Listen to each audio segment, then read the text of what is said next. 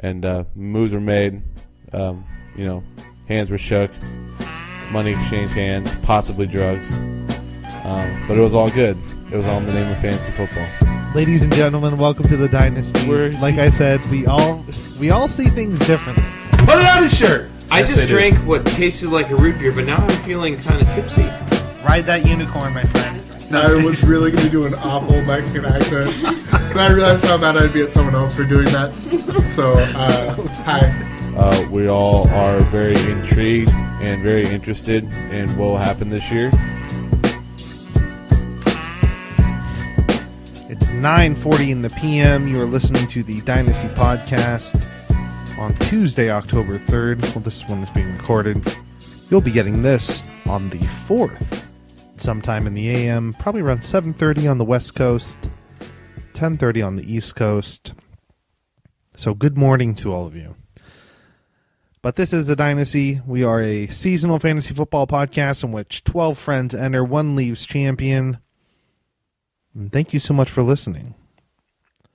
We have a fun show for you. I am going solo again, but a lot of things to talk about. As per usual, we are going to recap week 4. We are already a quarter of the way done with our season. It's crazy how fast this stuff goes, and seems like we were waiting and waiting and waiting for it to start up, and now here we are. Week 4 in the books. Better fantasy week this week. Last week we had a lot of low scores, a lot better scoring this week. A couple teams didn't fare as well as others. We only had a high of 132, but we had a low of 52, and it was looking a little bad for a while. Actually, we're beyond. I guess we're a quarter of the way through the year, including playoffs, regular season.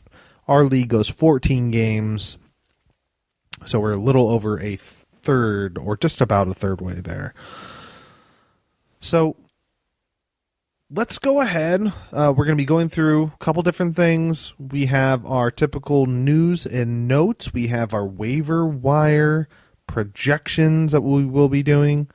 We will also be, like I said, breaking down week 4, which is fairly eventful, maybe not as crazy as some of the past weeks, but still fun nonetheless. And then we will also go ahead and check out, since we're about a quarter of the way through, I want to go ahead and look at a few different things, like pleasant surprises, some shockers, and some people that have grabbed my attention. And then also, I will talk about how a single play can change the outcome of many, many people in fantasy football. And we'll get into that in a little bit. But first, let's go ahead and dive into news and notes. There were some significant things taking place this past weekend. If you were one of the few people, I think I lucked out a little bit in regards to injuries. There were some pretty significant injuries going on this week. And not just the skill positions, but also to a couple of offensive lines out there. There's always a couple on the defensive side on the ball, but nothing that really affects a team, especially in fantasy, as much as on the offense, because it's such an offensively minded game, right? So a lot of things, and I think the first one that we are going to talk about happened on Thursday night, and there was a major scare in terms of Ty Montgomery. Left the game really early, and in our case, that's Maddie, who is a Ty Montgomery owner. Can't be happy about that. If he would have to be happy, broken ribs is the injury. It is something that people may play through. I don't know if he will or not. Typically what they'll do is they will throw on the flak jacket, rib protectors, tighten everything up, and get back out there. In terms of healing, the process can really depend. It is something that people can play through. I think it was cartilage damage when I played football when I was a sophomore, and it was unbearable. You can't breathe, so I can only imagine what broken ribs are feeling like for Ty Montgomery right now. The other crazy thing is, like, the next series, Williams, the rookie running back, goes out there and probably has 2 plays in the book and then has a non-contact knee injury. Nothing truly significant, but they are going to be holding him out as well, letting him rest and recover. And it's just absolutely insane that just like that, one of the hottest waiver priority candidates is going to be Adams. I don't think anybody could have guessed that. The backfield situations with so many teams are absolutely insane, and this is really no different.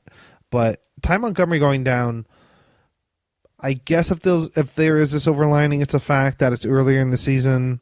There is a chance that he'll come back and hopefully rebound. Right now he's just listed as uncertain, but I don't know. We're going to be talking waiver wire. I think that if you are Matty Hughes in some way, shape, or form, you're going to be a little active tonight, maybe a little aggressive with some waiver claims, trying to make some free agent pickups, like I think a lot of other Ty Montgomery owners are. Our league, I think, like most keeper leagues, are fairly thin. We don't have shallow benches. So, you look at the Alvin Kamaras and stuff like that, they're already picked up.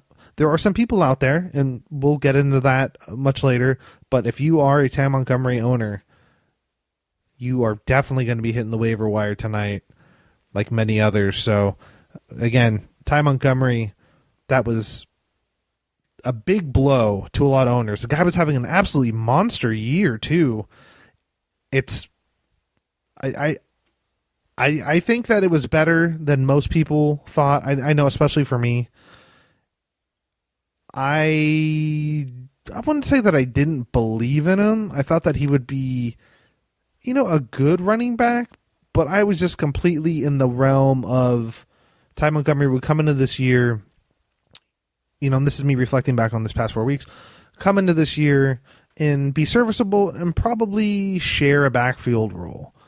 But that wasn't the case at all, and he was a bell cow, and I don't know if this is a byproduct of him not being able to sustain this kind of workload. It's really interesting. When he comes back, are they going to, when he's healthy and he's back, are they going to give him that same, 20-plus touch workload, or are they going to work more people in there and maybe not have him run between the tackles as much?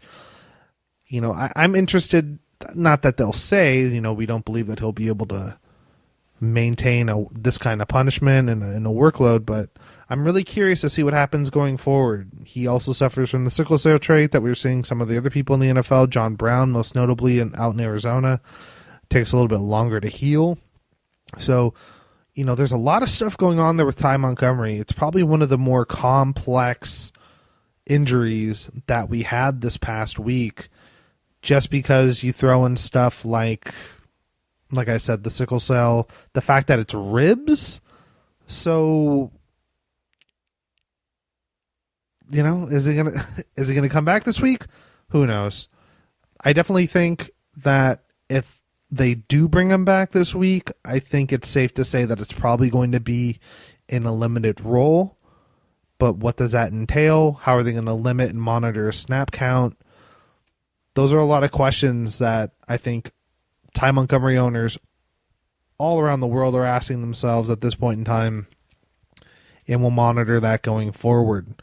If anything pops up tomorrow, they might maybe run him out there, do some light drills. We'll see what happens.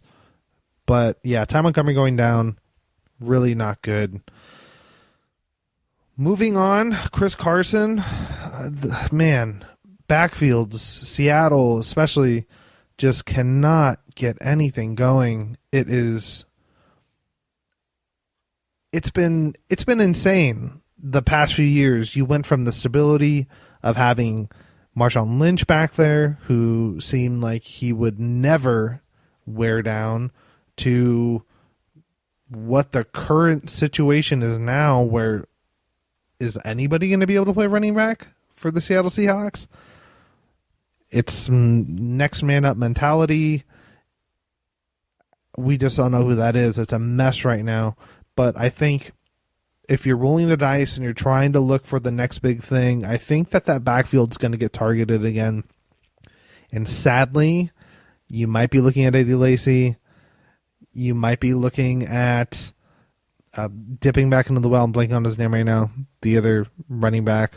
I'll have to get that for you when we look at the waiver wire. But Chris Carson looked really, really good as the lead back, and of course gets injured, IR, done for the season, or maybe not necessarily the season, but for fantasy, pretty much all value is gone. So it's a pretty volatile weekend, especially if you were invested in any of those backfields. Other significant injuries. We have to look at Julio Jones, who I think I feel that people have been disappointed in Julio Jones based on the fact that he doesn't have the touchdowns. I think if the touchdowns were there, then Julio Jones would be top 5 wide receiver easy. His yardage has definitely been there, and you can't be disappointed at that. He's getting his targets and so forth. It's just for whatever reason, red zone, etc., he hasn't been getting his. And I don't think that we have heard in terms of the extent of the injury. We just know that it's hip and that he's right now listed as questionable. The good thing is, going into this next week, he will be on bye, so you get that rest. So it's a little bit of a mixed thing. The Julio Jones owners don't want to see him injured. He does have a history of it, especially with the lower body. But the good thing is they have a bye week.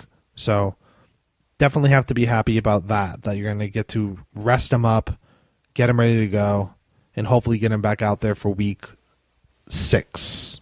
So Odell Beckham Jr. also, fingers, a lot of stuff. Fingers, seems like he re-aggravated his ankle. He had another leg issue going on. There's a picture circulating of him when he dislocated his index finger when he was catching a pass. It was rowdy. He went over to the sideline, had to pop back in, and he's playing. We see wide receivers doing this fairly frequently. With the dislocated finger, they're usually able to play with it, either put in a splint, and it doesn't seem to affect them too much. And I think Odell Beckham would be fine. Only things you have to worry about are the fact that he's been having reoccurring leg injuries on and off throughout his career. And then you start hearing about the ankle kind of flaring up again, and you're just kind of hoping that he's able to put it back together in some way, shape, or form. No pun intended. But yeah, CJ Prosise, another one, Seattle backfield, ankle. It almost feels like somebody eventually has to somebody has to take over that backfield. I don't know who it's going to be, but CJ Prosise was looking like a pretty viable fantasy option for a while. Injury definitely, I think, puts him on the back burner, and maybe that's somebody that people look to visit later on. Josh Doxson, who hasn't had a very good season at all, his shoulder takes him out. And then Carlos Hyde dealing with some hip issues, which, again, he's just questionable. I don't know if it's anything significant, and it's definitely something that he'll be playing when he goes and faces Indianapolis. So, and then we talked about Matt Forte. He's still hurt. Devontae Adams is out with a concussion. We'll talk a little bit more about that play and the effect that play had on probably a lot of different fantasies, not just in ours. But Devontae Adams took a brutal hit. The suspension reduced from 2 games down to 1, but just got absolutely earholed, knocked unconscious, and was not pretty. So Devontae Adams owners possibly hitting the waiver wire tonight. That's for darn sure. And then I already touched on Jamal Williams, knee, just absolutely horrible. And outside of that, Tyler Eifert, we touched on his back. I believe that was last week. And then looking at, Paul Perkins, ribs, he's hurt. Rob Kelly, ankle, also hurt. Amir Abdullah, ankle, but Amir Abdullah, I think he's fine. And then probably the only other big fantasy one that I'm seeing right here is the Derek Carr back. The fracture. 2 to 6 weeks. Hasn't been that good this year. And how is that going to affect the other people on the Raiders? EJ Manuel is going to come in and play quarterback. He didn't look that bad. Just nobody was catching balls. He was putting it in there. Spread it around well. Nobody could bring him in, though. So what happens in Oakland? That was an offense that people were really high on this year. Man, Derek Carr out with the 2 to 6 week timetable is what we're given. And then you have Marcus Mariota going down. Matt Hasselbeck, I believe, is coming in to play quarterback for the Titans. Marcus Mariota hasn't been as electric this year. Granted, he had some really tough matchups. You're looking at the Oakland game was maybe not that tough, but Jacksonville, Seattle, and then Houston. What stinks is that this was going to be the prime of his schedule coming up at Miami, Indy, Cleveland, bye week, and then Baltimore, Cincinnati, Pittsburgh. And this was where he was going to really do work for you. So Mariota owners probably going to be looking at QBs. If they don't already have one, we'll look at those rosters later. So a lot of stuff going on this past week. I think this is going to be a very active waiver wire. We'll get into that in a few minutes. I think we've covered enough. If there's anything else that pops up, I'll definitely touch on it as we go through the past week and what went down. In terms of news, I think the only big news that I'm going to touch on is the fact that the NFL, it seems like they will be exploring the Zeke ruling. And Tim, our last year's champion, who is a Zeke owner this year, has definitely been benefiting from having him on the roster. He's been extremely good all year long. What could this look like? 6 games, that's going to be pretty significant. If he loses Zeke, loses DJ for the year, he does have Howard. We will break down the rosters, like I said, in a few minutes, but if something happens this year, that would just be extremely bad luck, and it'd be really weird. The NFL has just been really inconsistent. You look at the fact that they were able to grant Brady an entire year, revisit it at the beginning of the next year, give him his suspension.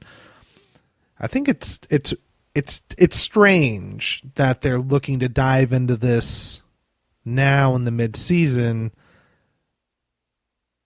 I'm interested to. I think everybody's interested to see what will happen this week. It's going to be it's going to affect leagues regardless, whether he's suspended or not. If he is suspended, it definitely is going to hurt a lot of teams that invested in those early round picks on Zeke. When you look at Tim, who's also battling with some injuries on his team. And then if he's not suspended, just as likely, it just makes his team that much better. So it's going to affect us regardless of what happens. It's just horrible timing. Or is it good timing? I don't know. All right, well, let's go ahead. Let's look at week 4, the week that was. Much better fantasy-wise than week 3. We'll go ahead and dive into...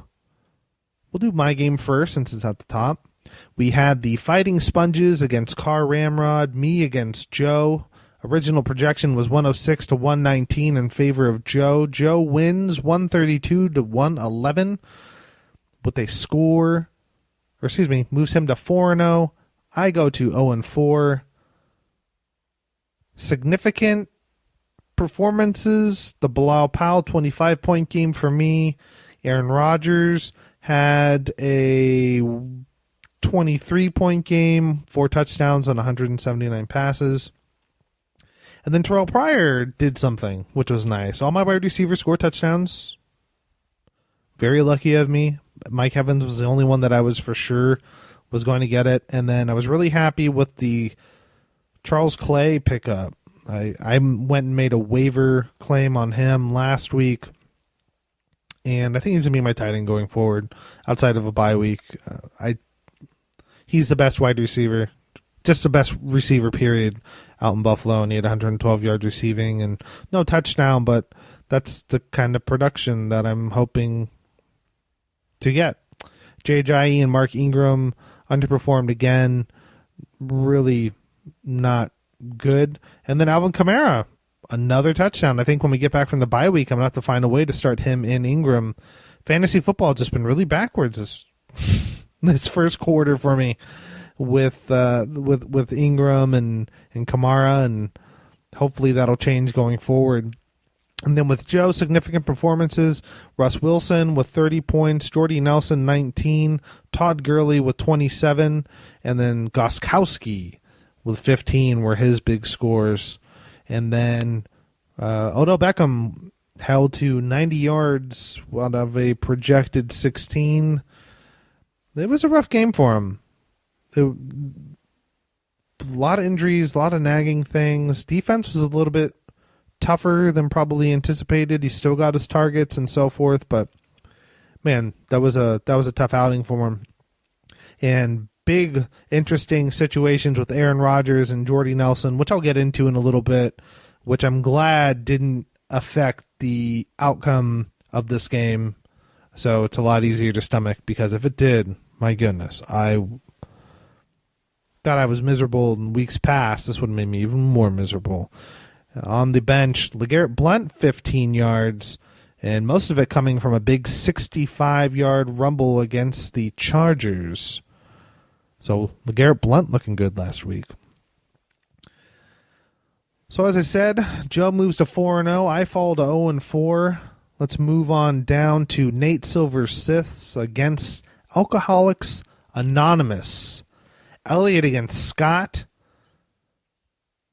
94-82, the original projection in favor of Elliott.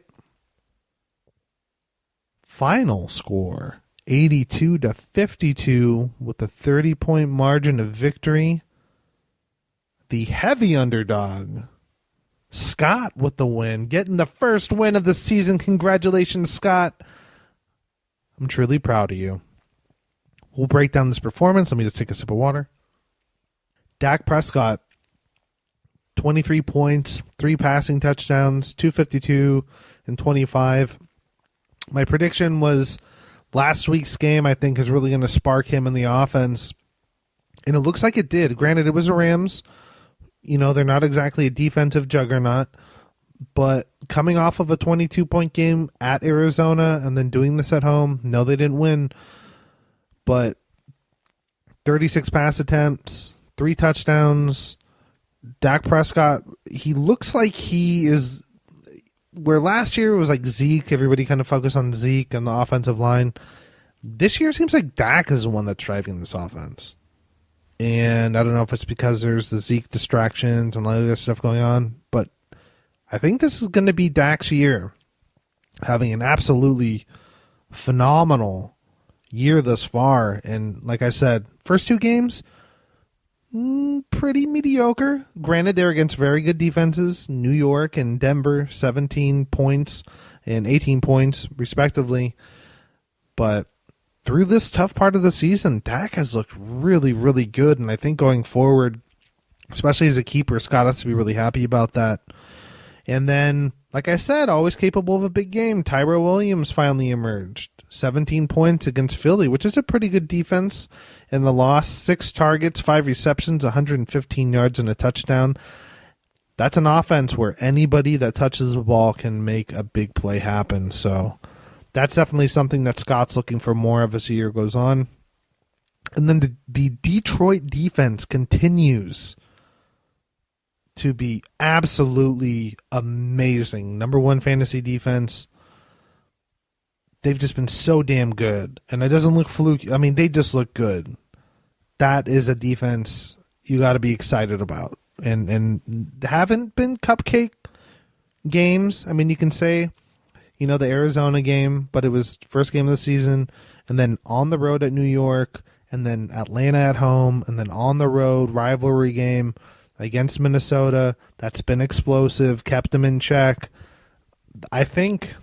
I'll talk about them a little bit later in my other segment, but I think they're the real deal. I really do.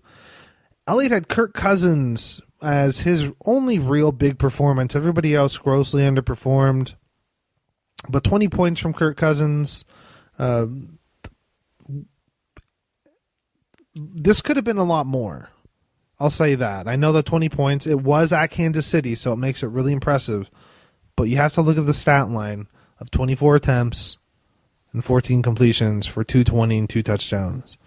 And that's with only having the ball for, I think it was like a quarter of the game. A quarter or a third of the game. So, Kansas City, huge ball control. You look at this Washington offense, it seems like they're starting to get some things going. Prior, of course, with the big, long, early touchdown. But Kansas City was smart in time management, keeping the ball out of their hands. But you have to kind of like the trend of Kirk Cousins right now. Seems like he's trending up. He has some good matchups coming up. Also some tough ones. On the road at Philly. On the road in Seattle. Minnesota. But looks like they're turning a corner. They had a nice game against Oakland where they slapped them around pretty good, and then this Kansas City on the road is not an easy place to play, and so 20 points at KC, Kirk Cousins doing work, but Brandon Marshall only held the 46 yards, Thielen 60 receiving yards with a fumble. I mean, Landry, McCaffrey, White, everybody pooping the bed. Dallas defense not doing anything against the Rams. That defense is really being exposed this year, where last year I think they hid behind just a meat grinder of a running game. Not looking that good this year. So, Scott, first one of the season, goes to 1-3. I have to tip my hat off to him. Congratulations, Elliott falls to 2-2. O.J. Howard had one big play looking at the benches, and 4 targets, 2 receptions, 63 yards, and a touchdown. Pretty much it all came on one play. So, very cool. Let's go ahead and move on to the next game. The Golden Tate Warriors against the Birchers. 116-114 was the original projection, so it was a coin flip. Final score, 117-95. With the dominating win by Tim. Tim goes to 2-2 on the year. Matt falls to 2-2. Another big game from Tom Brady. We'll go ahead and look at Matt's team first. Tom Brady with 20 points. Devontae Freeman, another amazing game, 13 points. But just he's so efficient. And then the big breakout game with Lamar Miller. 75 rushing yards, a rushing TD, and a receiving TD. For 25 points. We'll break down Houston and stuff a little bit. Spoiler. We'll talk about Houston a little bit later. But my goodness. This may have been what I had been talking about and what people were hoping for. I'm assuming people were hoping for all this offseason. And it has to do with a new quarterback. I think could be changing everything for him. It was against Tennessee. I get it. I understand it. Tennessee is looking like a pushover right now. But I still have to like that performance from Lamar Miller. And then Green Bay defense was very solid against Chicago. 10 points, a couple interceptions, fumble recoveries. Chicago, they were very much in the mode of let's just get out of here. Run the ball, get out of here. Tim's team looked really, really good with a horrendous Matt Ryan game. 10 points out of a projected 21. With all the things going on with Julio, some O-line issues, Matt Ryan hasn't hit 20 points all season. He's kind of progressively gotten worse. 18 points, 15, 16, and now 10.5 points against Buffalo. Granted, Buffalo is a big surprise defense this year. Maybe not so much in fantasy, but in the NFL, really good defense this year. Schedule does get easier. They have a bye week this week, and then it's Miami, New England, Jets, Carolina, Dallas before they face Seattle. So, maybe they go and get right in week 5 and come back for weeks 6 through 10. But I don't know. Matt Ryan just hasn't looked like the guy we've seen the past 2 years. He had Chicago week 1. He had Green Bay at home week 2. Just isn't there. I don't know. Maybe just the offense isn't. Maybe it's more run-centric. I haven't seen a lot of Falcons games this year, but he hasn't been getting a lot of help from his wide receivers. I know that. Larry Fitzgerald hit his projection, caught another touchdown, and DeAndre Hopkins went off 107 with a touchdown. Thomas against Miami doing his thing, looking like the man we saw last year with 90 yards and a touchdown. Ezekiel Elliott was just an absolute beast. 2 touchdowns, 85 yards rushing, also catching the ball so much more this year out of the backfield and just looks so good. Seeing what he did against Arizona in week 3 and then this last week in week 4 against the Rams, like I said, isn't a great defense, but it looks like they're starting to crank it up a little bit more. And then Jordan Howard, who saved his night, not that it really affected the outcome of this matchup, but getting that touchdown late in the game really saved his evening because there wasn't a lot going on. Chicago obviously just wanted to get the hell out of there, and that late plunge put him over double digits. So Jordan Howard, a solid, hit his projection, 12 points. And then Tevin Coleman, who continues to impress, 14 points against Buffalo. The guy just finds a way to get it done. And even with Freeman gets a lot of work, so does Coleman.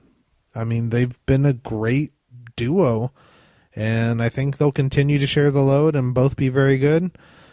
And the Minnesota defense, 7 points, hit their projection. Nothing significant on the benches. Jamison Crowder had -7 yards. That was pretty striking. And then I guess if you're looking for any positives, Paul Richardson, Seattle wide receiver, had 65 yards for Matt. So, like I said, Tim goes to 2-2. Matt goes to 2-2 on the year. Next game we have, it wasn't the handle against a team has no name. That is Marcos against Pat. So Marcos with the 116 projection against the 90 for Pat. Pat actually went over his projection. Marcos went under, but Marcos still won. It was 114-94. Marcos goes to 2-2. Pat falls to 1-3. Interestingly enough, Pat and Scott could be 2-2 right now with some of the matchups that they've had. They faced some really low-scoring matchups this year, and that if their teams were even somewhat geared for victory, they might be in a better spot, especially when you look at their division. Matt at 2-2. Keezer's at, we'll get into Keezer in a little bit, but they could be competing, which is kind of funny. But, we'll go ahead and, even though Pat lost, let's start with this team. Deshaun Watson, my God, 34 points, projected to have 13, 4 passing touchdowns, 283 passing yards, and a rushing touchdown. Another spoiler, I will be talking about him in greater detail, but I'm pretty excited about this kid. And he is one guy that I think come this Sunday, I will probably come out to my garage, turn on the satellite, find the Houston game, and watch their matchup, because this kid, what he's been doing is just absolutely amazing. It's been a lot of fun to watch. Jacquizz Rodgers, a little over his projection, hits double digits, no touchdown, but solid 83 yards rushing, 25 yards receiving, very serviceable the past 4 weeks. Of course, I had the week 1, quote, bye week with the storm, and the suspension will be over for muscle hamster. So what his role will be going forward, we will see. And then sadly, Pat also had Carson going out of Seattle backfield, who was having a great game. Only had 6 points before he left with 12 rushing attempts, had 42 yards, caught a couple passes for 24 yards, was looking really, really solid. And then, as has been the case for the past 2 years, another Seattle running back goes down, hurt, sent to IR. So sadly, Pat's going to have to go back to that well, maybe look at another running back to pick up. And then Wendell Smallwood got a rushing touchdown, 45 yards receiving and 34 yards rushing. And then the Jacksonville defense, in a 23-20 loss to the Jets of all people, dropped 15 points, got a touchdown, 5 sacks, and an interception. My goodness, if somebody were to tell me that the Jacksonville defense would have a touchdown, 5 sacks, and an interception against the Jets and lose, I would say you were crazy. And Marcos, his team looks like they are waking up, getting his second win of the season. Mariota only 17 points, hamstring issues. He's been getting banged. He's been getting banged around a little bit this year, and like I said, it stings because this part of the season, the next about 6 weeks, 7 weeks, is like the prime Marcus Mariota part of the season. Even against a couple difficult matchups with Seattle and Oakland in the first quarter of the year, still 19-point and 20-point performances in those. He was looking good, not great. We were still waiting for him to kind of turn it on. He never quite got there. Marcos is definitely hoping that he's going to be able to bounce back in a little bit, get the hamstring right, have the mobility ready to go. He has Tyrod Taylor on the bench. Is that somebody who's going to ride at Cincinnati in week 5? We'll have to see. Maybe he goes to the waiver wire. But Mariota got him 17 points, and Leonard Fournette continues to do his thing with a 20-point performance against the Jets, projected at 14. And then, get this, Greg Zuerlein, LA Rams kicker, 27 points. I couldn't buy 20 points from my kicker. I don't even know if my kicker has 20 points in this season. Justin Tucker. Zuerlein gets 27 points in a single game. And then Seattle defense against Indianapolis, 2 touchdowns, 3 sacks, and a fumble for 20 points against Indianapolis Colts. They look good. You know, again, I know it's the Colts, but early in the game, the Colts were actually moving the ball, and I like that they were challenging the corners and going after Richard Sherman. So it was fun and entertaining to watch, but in the end, Seattle bottled them up and ran away with it. Interesting that Gio Bernard, 14 points out of Cincinnati, did a lot better than Joe Mixon, who only had 4.8 points. I love you, Gio Bernard. You're my boy.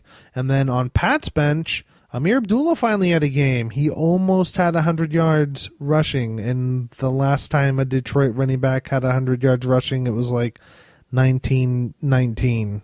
No, not that long ago, but it's been a while. Over 100 all-purpose yards and a touchdown, and it was against Minnesota on the road too. So Amir Abdullah finally had his breakout game. Congratulations, Amir. And then the New York running back, Wayne Gallman, on the bench, had a receiving touchdown, 42 yards, 8 yards receiving, looking pretty good. And then getting a piece of the Baltimore backfield, Alex Collins getting himself 7.5 points. Did lose a fumble, though. And that's the frustrating thing about this Baltimore backfield. You have Terrence West, who still has the knee issue lingering, not really getting all the touches he needs, and the people that are supposed to be running away with it, like Collins, like Buck Allen, are getting hurt or shooting themselves in the foot with ball security issues. It's sad. Sad. Let's go ahead and move on down to the next game. We have Braggadocious 1-1 against Fart Apocalypse. 127-119 was a projection in favor of Matt Keyser. Final score 110-88 in a surprisingly big blowout for Matt Keyser, winning this one by 22 points over Robin. He goes to 3-1 at the top of his division. Robin falls to 3-1 on the year. I think when you look at this one, of course, you're going to point to Le'Veon Bell with the 30-point performance. It was against Baltimore, Baltimore doesn't look good right now. But Le'Veon Bell finally had the game that you were hoping to get out of Le'Veon Bell. And everybody else for Matt's team, for the most part, I think did just fine. Drew Brees, about 20 points against Miami. You're always hoping for a little bit more out of him. But you got to be happy with that, especially on the road. A.J. Green, 12 points, caught a touchdown. Keenan Allen, 138 yards. Another big cog in that Chargers wheel. Antonio Brown, though, 3.78 points and was not very happy. Will he get a squeaky wheel game? Who knows? But wasn't the best performance for him. He threw a Gatorade cooler and was mad because he didn't get hit on some deep balls. So we'll see what happens next week. This was definitely a Le'Veon Bell game in Pittsburgh. He heavily featured. And then with Robin, Carson Palmer, only thing missing from his game was the touchdowns. This is his third straight 300 passing yard game, so the yards are there. The backfield is a mess, so he's going to have to throw the ball a lot. He's had 51 and 48 attempts in the past 2 weeks. The yardage is going to be there. Are they going to find a way to get more guys in the end zone? Right now it's mainly been the Larry Fitzgerald show, but Carson Palmer hit his average, and then got to be bummed about Julio Jones, only 3 points before he had the hip flexor injury. That's definitely something that'll probably play through, but you just got to hope that it doesn't affect his performance too much. And then Demaryius Thomas and Devontae Adams, who potentially could have had 2 touchdowns in about 40 yards receiving, ends up only with the 1 receiving touchdown and 13 yards because he got the concussion, or he just got knocked out. It's all the same, I'm pretty sure, but that definitely hurt. But he should be fine. He might not miss a week, they're saying. So we'll see with that. And then Shady McCoy, 100, little over 100 all-purpose yards, 108, which is phenomenal, especially on the road at Atlanta. Just couldn't find the end zone. It's always tough in Atlanta, very scrappy game. And then Kareem Hunt, I guess you can be disappointed in Kareem Hunt for only getting you 12 points, 120 all-purpose yards, no touchdowns. I was saying to everybody in our Slack, I was chatting with them, and I was just saying that it just looks like every time he touches the ball, he's going to break one. And heavy workload, all facets of the game, he's just completely involved, and he's a lot of fun to watch. But the Washington defense, they did a pretty good job with them. I mean, I know people say 120 yards, how's that a good job? For the amount of time that Kansas City had the ball, the fact that he only had 120 yards and no touchdowns, Washington did a good job. They didn't allow any big plays. They tackled him. He didn't have a ton of broken tackles. So they look good. But, I think that's Kareem Hunt. That's his floor. It's like 12 points. So you got to be happy about that. And then Hunter Henry caught a touchdown, and it was a sick touchdown in the back of the end zone, one-handed grab. It was pretty amazing. That's pretty much all he did in that game, but that's kind of been the tight end position this year, especially with the Chargers. You're kind of plugging guys in there and hoping for a touchdown.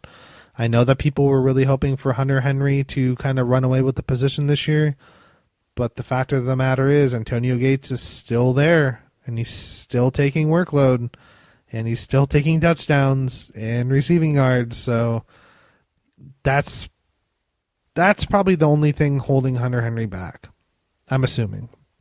And then C.J. Anderson had another solid game, 100 all-purpose yards, 110 all-purpose yards, no touchdowns. So, Robin was definitely missing touchdowns in this game. You figure if Kareem Hunt got one or two, or Shady get a touchdown, or C.J. Anderson get a touchdown, this might be a different story.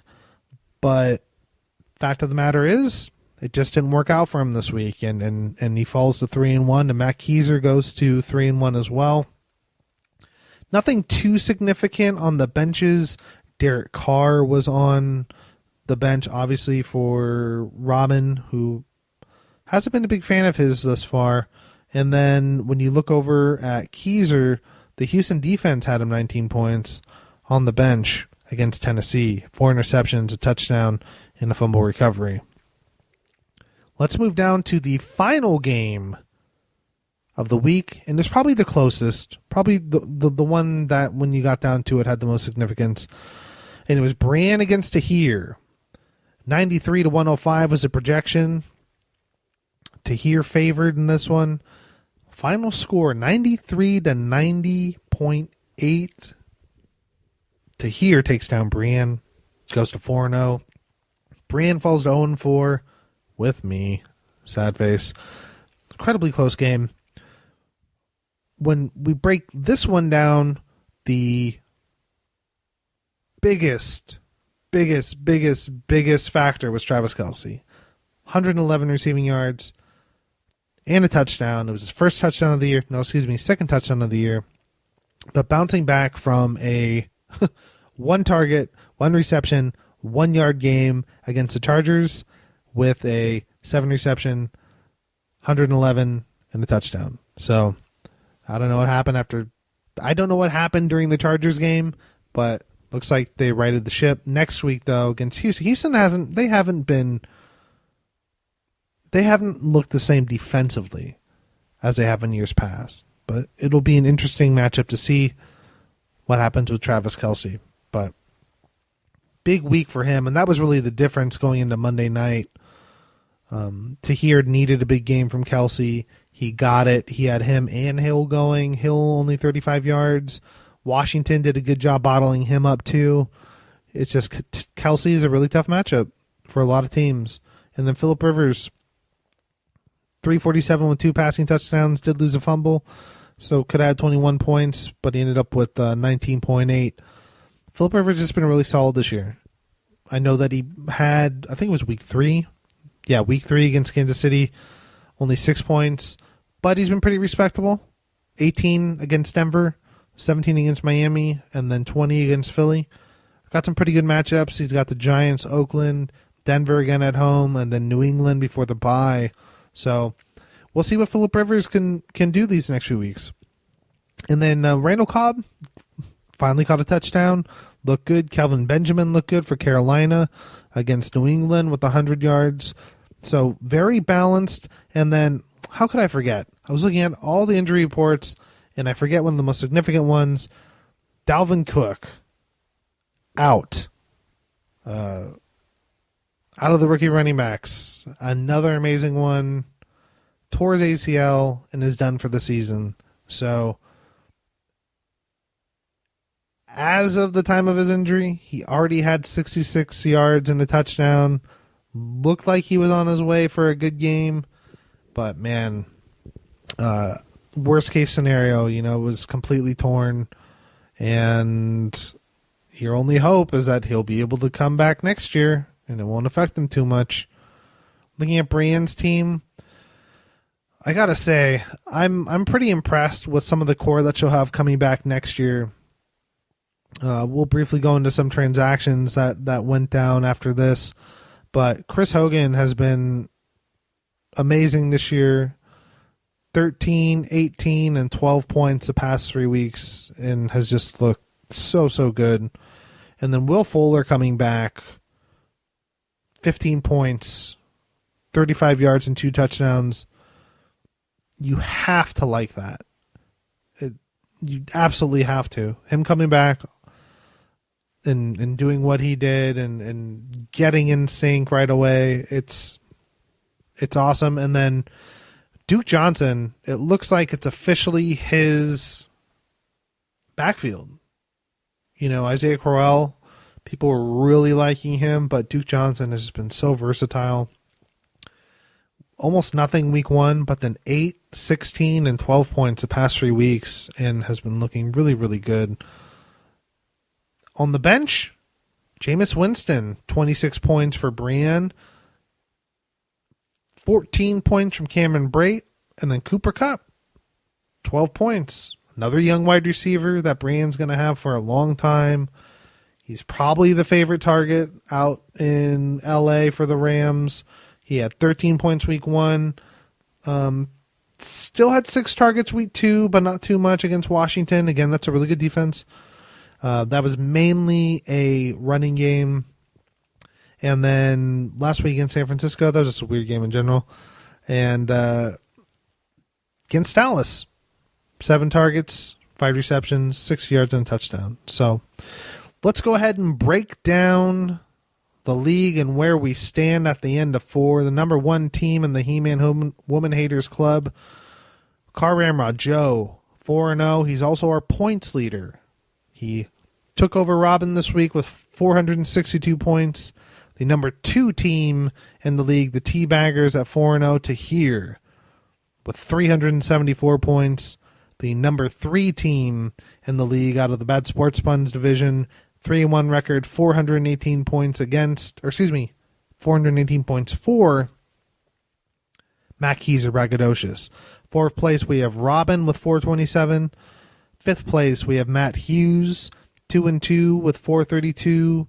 6th place, we have Tim, last year's champion, 2-2 with 416.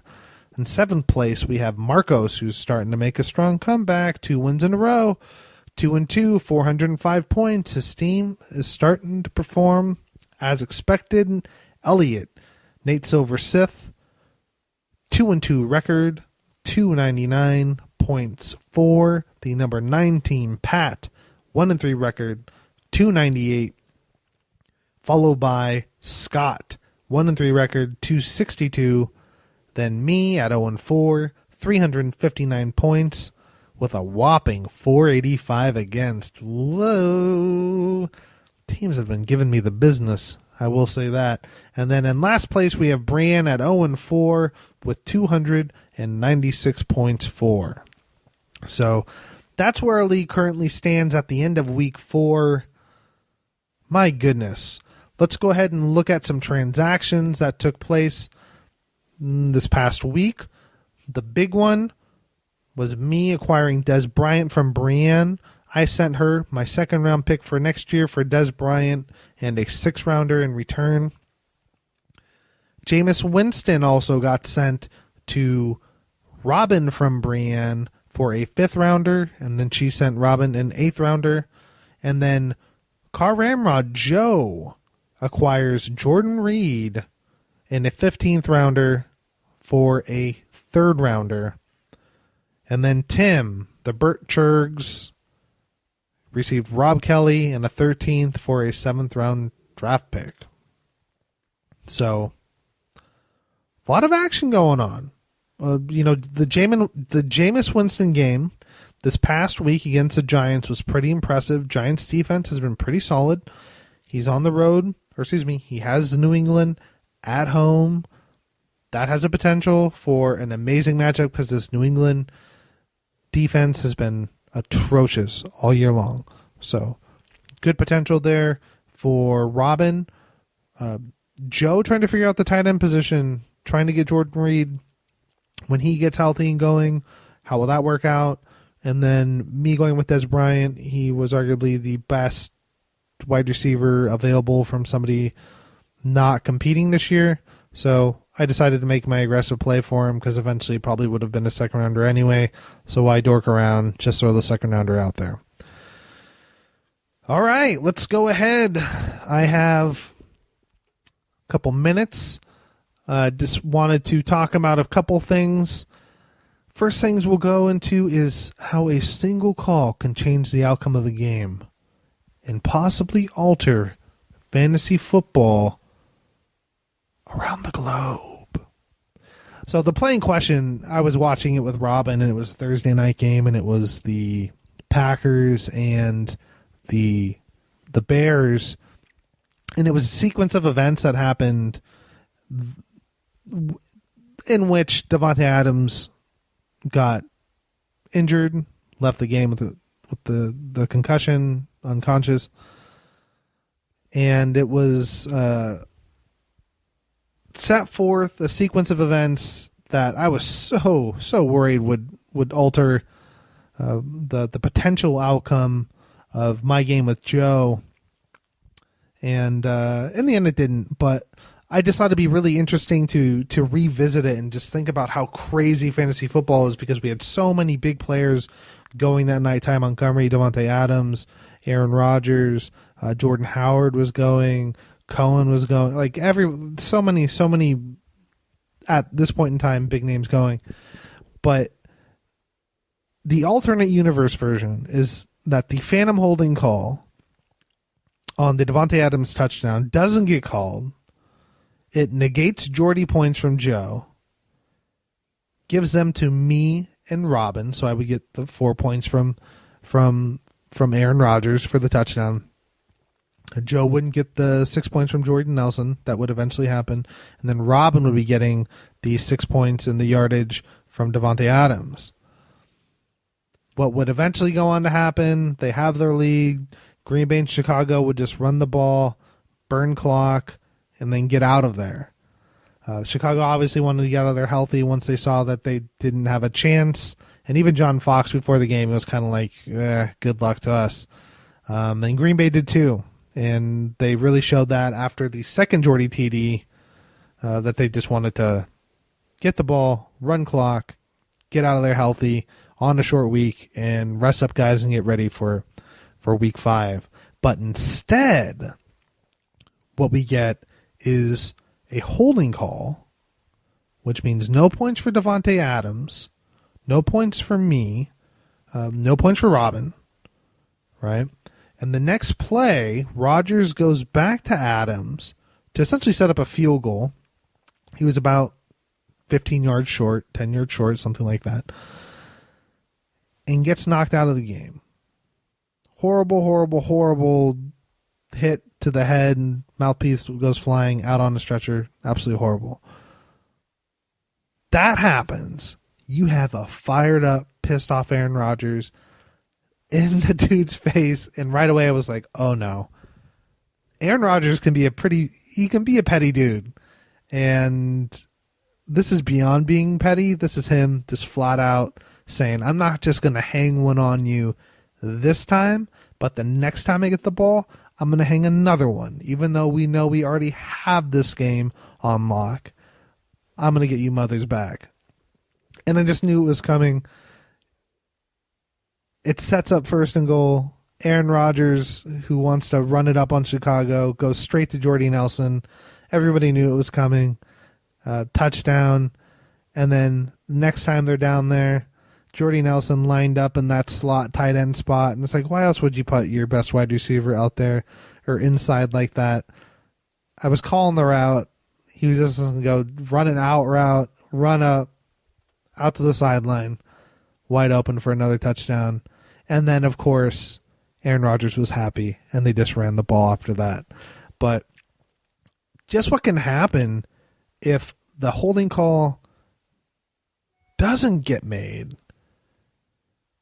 It just is so crazy how that one call set forth this insane, which doesn't really happen a lot. That's the only reason why I'm bringing it up. This insane sequence of events that ended up completely altering so many fantasy football outcomes. And in the long run, it really didn't matter. Like I said, because what would have happened anyway is that instead of Aaron Rodgers getting 3 touchdowns, or was it 4? I can't remember. He would have just had 2, which is eerily close to the line that I predicted for him, which is like 200 passing yards and 2 touchdowns, something like that. And then, Robin would have lost anyway, so none of it really matters, but it was just such a crazy sequence of events.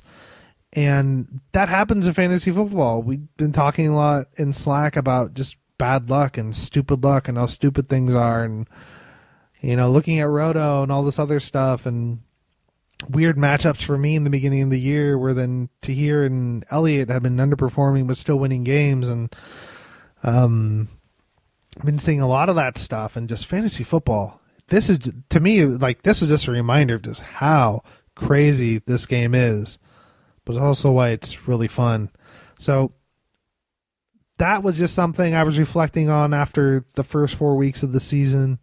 And now, before we get out of here, I want to touch on 3 things: my pleasant surprises, my sad shockers, and my you have my attention.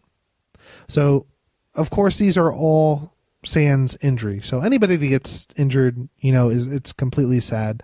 This is more just performance-based. So, pleasant surprises. Number 1, I have 3 for each of these, is rookie running backs. Number 1 in all of football right now, Kareem Hunt. Number 4, Leonard Fournette. Cooks, sadly, won't be up there anymore, but he was at number 7, all in the top 10. Really, really. We thought, everybody was saying this was going to be one of the best running back classes, potentially. This goes to show you, at this point in time, I am very much surprised to see 3 rookies in the top 10 at the end of 4 weeks. Just couldn't predict this with the people that were out there, DJ and so forth, that these 3 guys would be towards the top of the list. Pleasantly surprised. Of course, it sucks that none of them are on my team, but nonetheless. The number 2 pleasant surprise for me is the number 1 wide receiver, Stephon Diggs. And it's surprising because, 1, yes, 69 points. He's the number 1 wide receiver after 4 weeks. You wouldn't expect that. You look at Julio, you look at Mike Evans, you look at Antonio Brown. If somebody were to say Stephon Diggs would be leading after week 4, you'd probably say you're crazy. But what makes it even more impressive is the fact that he's been doing this with 2 different quarterbacks. Sam Bradford and him killed it week 1. They went to Case Keenum. It looked really bad, and I think everybody put him on their bench after week 2, kind of said, we're just going to wait this out until Sam Bradford gets back, but then blows up for week 3 and week 4 for monster games. And it just goes to show you that going forward, based off of this, he has to be in every... You can't not start this guy anymore. He has been just a monster and a matchup problem for everybody. 20 points and then 30 points. He only had about 10 points this past week, but it was against Detroit, who has been really, really good this year. And then on the road at Pittsburgh, which is always a tough matchup, but you look what he has coming up: Chicago, Green Bay, Baltimore, Cleveland before the bye. I think he has a few more big games in him, but then it does get a lot tougher for him down the stretch. But man, Stephon Diggs, what a pleasant surprise. Seeing a guy that was just kind of a boomer bust, big play, wide receiver 3, flex type of guy, doing what he's doing now. I think he's the real deal. And then Chris Hogan, also surprising the heck out of me.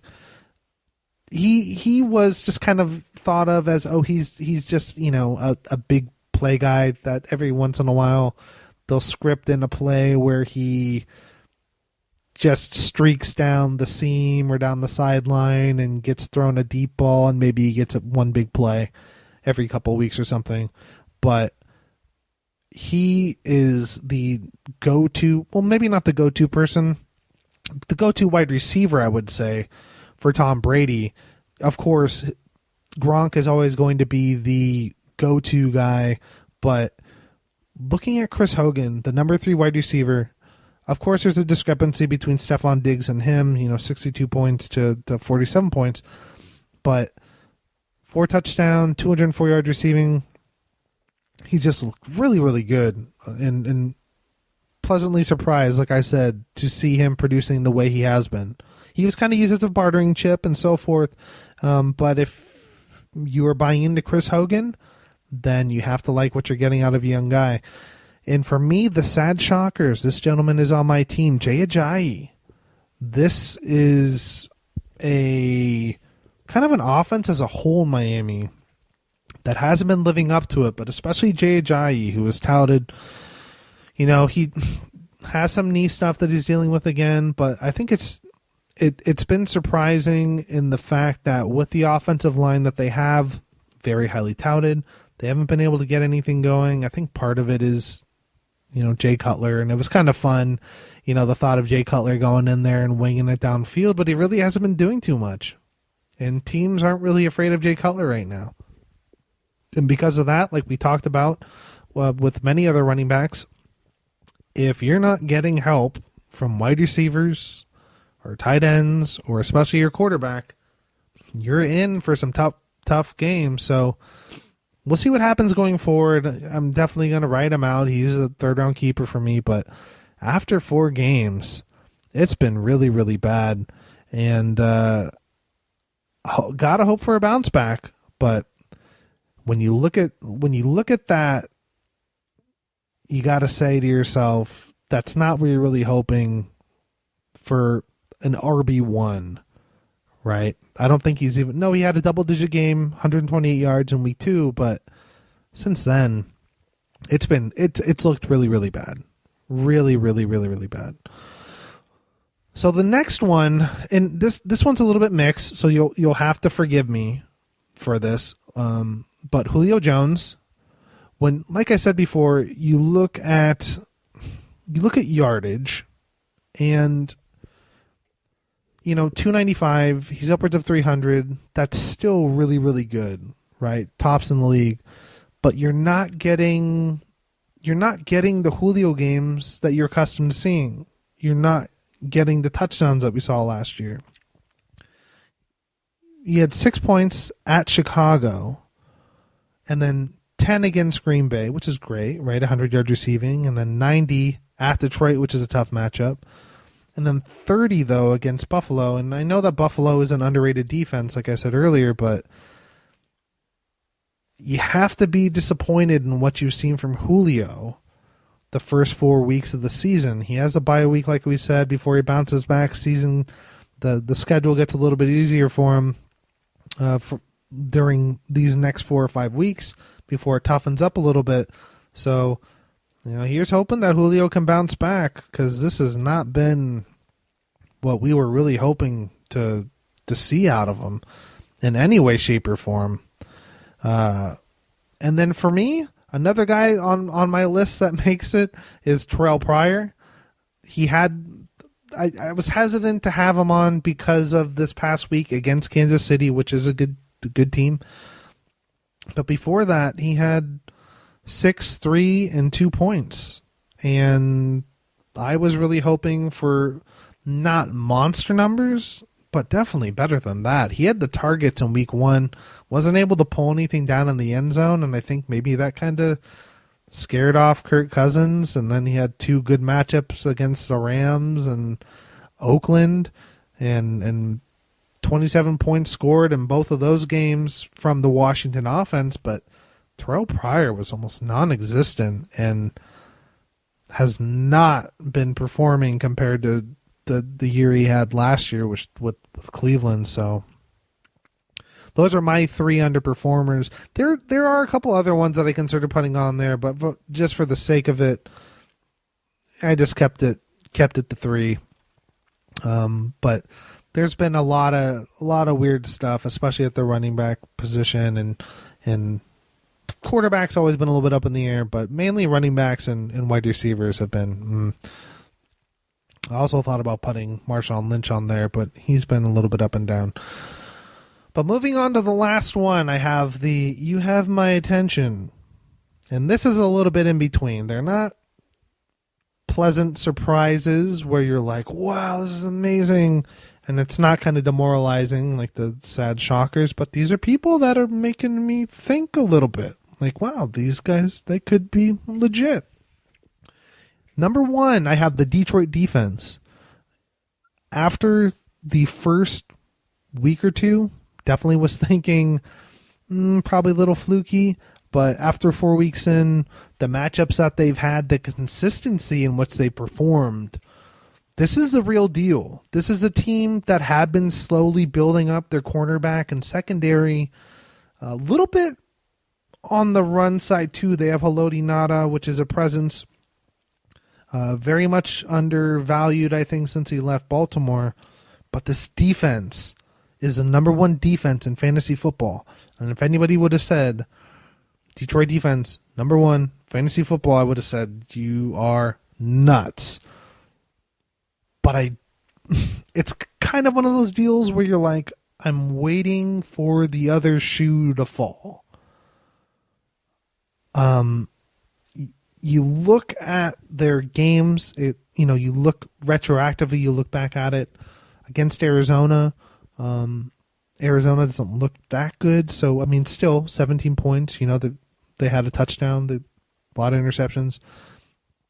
Against the Giants, don't get me wrong. That's a good receiving core. It's a good offense, but their offensive line is horrible. They exploited that with the sacks. And then against Atlanta I felt like against Atlanta and Minnesota were the most impressive games to me. They weren't the highest scoring games. They had 16 and 17 in the first 2 weeks, and then 13 and 12 in weeks 3 and 4. But Atlanta at home was really tough, but they had 3 interceptions, 2 sacks, and a touchdown. And then against Minnesota, a big rivalry game, 3 forced fumbles and 2 sacks, holding him to 7 points. And that was on the road. So they have my attention. Will they be able to maintain this going forward? We'll have to see. But like I said, as of right now, Detroit, I'm going to be following you guys. That's for darn sure. My number 2, you have my attention, is the Houston offense. And that's everybody, not just Deshaun Watson, who right now is the number 5 QB in all fantasy football. But what's really impressive is that he's a number 5 fantasy football quarterback through the first 4 weeks, and he split time the first 2 games. So we've only seen 2 games where he was at the helm the entirety of those games. Granted, it was against Tennessee and New England. Tennessee, now that we've seen them 4 games, we kind of know they're not really that good of a defense. Same thing with New England, but the fact is that was his first start on the road in Foxborough. 30 points, lost by 3, almost won it. The reason why they weren't in my pleasantly surprised, and Deshaun Watson wasn't either, was the fact that Kansas City is going to be his first big test next week. And that is going to be a marquee matchup that I want to see. And that will tell me if Deshaun Watson is going to be for real, because Andy Reid and his teams can game plan so well. And rookies, they do have a history of coming in. Teams don't really know how to prepare for them and what they do, and they don't know how to take away what they like to do, and so they find success. So I'm really interested to see what Deshaun Watson does against a team like Kansas City that has a little bit more game film to look. And then, like I said before, if Deshaun Watson can be a competent quarterback, and you look at the weapons that they have on offense, this offense is going to be sick. If they can figure it out defensively, this is a team that will probably be in the AFC Championship game. But Nuck looks disgusting, and I have to tip my hat to Tim, because I was talking with Robin about this. I have been trying to acquire Nuck from Tim since this past off season, and probably once every week and a half, I'm hitting him up and saying, "What are your thoughts on that? Can I get in that? Can I get in that?" And Tim stuck to his guns, and I have to say, good job, Tim. As much as it hates for me to say. But then Will Fuller coming back and doing what he did. And then Lamar Miller. I think, like I said before, this past year was floor Lamar Miller. All the work, all the carries, no help he was facing. 8, 9 in the box. Everybody's like, what's wrong with Lamar Miller? It's nothing is wrong with Lamar Miller. It's you have a horrible QB, horrible system. Nobody could even get the ball close to DeAndre Hopkins last year. Now all of a sudden you're seeing those catches, double-digit targets, double-digit receptions. He's hitting triple-digit yards and touchdowns. Like, they have my attention now. The reason why I'm not super surprised and excited about him is the fact that I have to see them do this against a real test. I have to see what they can do against Kansas City. Then I'll be sold.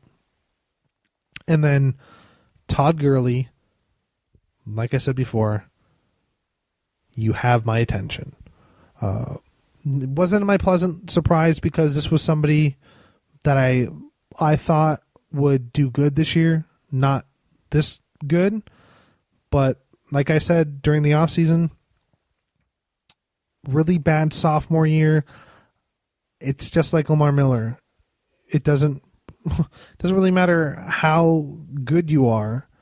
If other teams know that you are the one and only option and can prepare for you, you're not going to have a good performance. It doesn't matter how talented you are. And that was Todd Gurley last year. And I came into this year and I was saying if he can even have competent Jared Goff play with this new offense and they can throw passes farther than 2 or 3 yards beyond the line of scrimmage, he should have a good year. The only reason why I say, has my attention, I don't have him in there as pleasantly surprised, is because, like I said, we expected him to be good. Not necessarily this good, but I'm really interested to see what he does these next few weeks. Indy, I will give him this. Indy, now that we've seen Indy for the past few weeks, a lot better run defense than I think we give him credit for. Still a bad passing offense, but good run defense, and he had 15 points against him. And then Washington, San Francisco, Dallas, all huge games, but, matchups. But what he does these next few weeks, he has Seattle at home. That'll be interesting. At Jacksonville, Arizona, and then bye week before he goes to New York, which has been a pretty staunch defense, Houston, and then Minnesota. So these next 6 weeks for him are going to be huge. And if he can still put up these kind of numbers, then, Todd Gurley could be the number 1 pick next year in the NFL draft. Very well could be. So, very good year so far from Todd Gurley. He has my attention, but just like with the Houston offense and the Detroit defense, I want to see what they do these next few weeks. But you have to like what you've seen so far in these first 4 weeks. And everybody else, like I said, Cook's injured. That sucks. Wish him all the best. And, we need young talent in this league again. And hopefully he'll be able to rebound and come back. And hopefully the sad Shockers can turn it around for everybody a little bit. But that'll do it. Long podcast. Sorry about the length. We will be back to preview week 5 tomorrow. We'll have that posted for you on Thursday. We'll have Patty projections and waivers. I think we have the line at 4.5. I'll take the... I've been taking the... I took the over last week, but... You know what? I'll say over. Why not? If I lose, I'll do a beer chug. But a lot of exciting things we'll cover tomorrow, and then we'll preview week 5. But thank you guys so much for listening. Anybody want to hit me up? Twitter at Peter Livingston, ffdynastypod at gmail.com if you want to shoot us an email. Find us on iTunes, Stitcher, all those other places. Like, subscribe, tell your friends. And man, week 4 in the books. I know I've said it before, but we're already almost a third of the way there. Absolutely crazy. All right, guys. Have a good one.